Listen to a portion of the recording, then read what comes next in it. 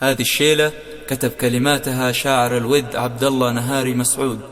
يهديها إلى أخيه الذي تم اختطافه وإيداعه في السجن بدون أي ذنب اقترفه، وهو يطالب المشايخ للوقوف معه من أجل إنقاذ أخيه وكل المعتقلين. يومين مرت علي كأنها أعوام، ما زوار النوم فيها رمش من عيني، الآه زادي وشربي الدمع كالأسماء، من فرقتك يا علي زاد الألم فيني، والجسم قد صار هيكل كل أبوها ضام، والله والله ما لي طب يشفيني، لو يحضرني طب الهندي والشام ما ضر شوفه داخل غالي تداويني، هو تاج راسي ودرعي بل هو الصمام، للمنطقة كلها أب المساكيني، لو أشعل الزير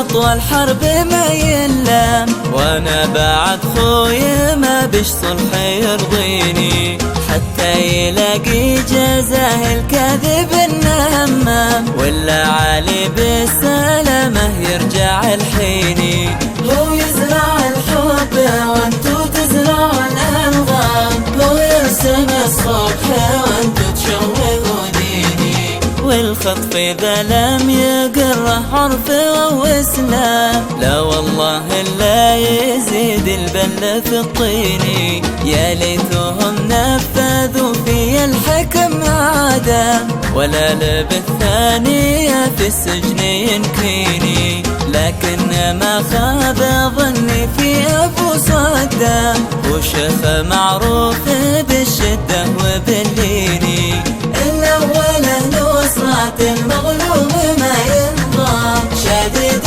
فيها رؤوف بالمساكين، يا شيخ عبد الله كل الصحف والأقلام تنفذ، ولكن قدرك ما نفذ فيني، لكن حان الشعر هيبة أيها المقدام، ويذهب كالمدح هذا الفخر يكفيني، هذا وحيدر محمد سيفك الصمصام، ما يحسب الموت إلا خوف أو كيني، والشيخ بن سوده قد حاز على وسام، فالمرجله والشهامة صدر شهيري، لو قلناها الآن دوري يا مدينة سام، بتدور صنعاء وحجه بالشماخيني، ويحل أصعب قضية لن تطول أيام، لو أنها كالجبال الشامخة